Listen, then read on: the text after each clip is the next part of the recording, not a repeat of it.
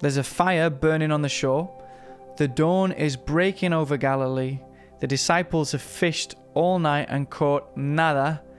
It's familiar, isn't it? The sense of effort without fruit, reaching, striving, and coming up empty. But just as the light begins to rise, a voice calls from the shore, "Children, do you have any fish?" They don't recognize him at first, but when they obey the voice, when they cast their nets to the right again, they haul in a catch too great to contain. And then John whispers it. Of course it's John. It is the Lord. When they reach the shore, Jesus already has fish on the fire, bread, everything they need is already waiting for them. But then he says something strange. He says, "Bring some of the fish that you just caught." The fish you just caught. Point is, they didn't catch anything, not without him anyway. And he gives you that grace. This is the tenderness of Jesus. This is the humility of Christ. He gives you that grace, and then he gives you credit. He works the miracle through your hands, and then he steps back so that you have something to bring to the table. Bring some of the fish you just caught. He delights in letting you participate in the work of love.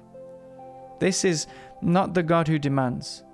It's the God who shares, the God who feeds you with what he first placed in your hands. The God who says, "I want to do this with you."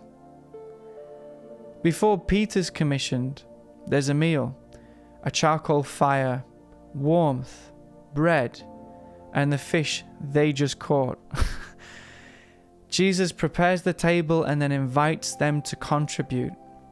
It's not because he needs what they've brought, it's because he wants their hearts. He's after communion. He wants partnership. So often we live as though we have to earn our place at the fire. We bring our efforts, our service, our best attempt at devotion. But the miracle was always his. The fire was already burning. The bread was already there. Still, he says, bring what you have. Even if it's the gift he gave you to begin with. This is where restoration happens. Not at the mountaintop, not in the temple, but around a fire. Jesus doesn't lecture Peter. He doesn't demand an apology. He simply asks, "Do you love me?" Because love is what heals. Love is what sends. Love is the table where mission begins. So today, hear him say it to you. Come and have breakfast with me.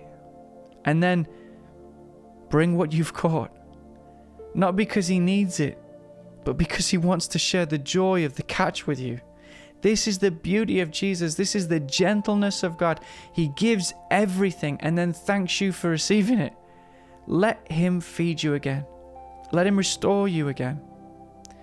And then, when your heart is full, follow him.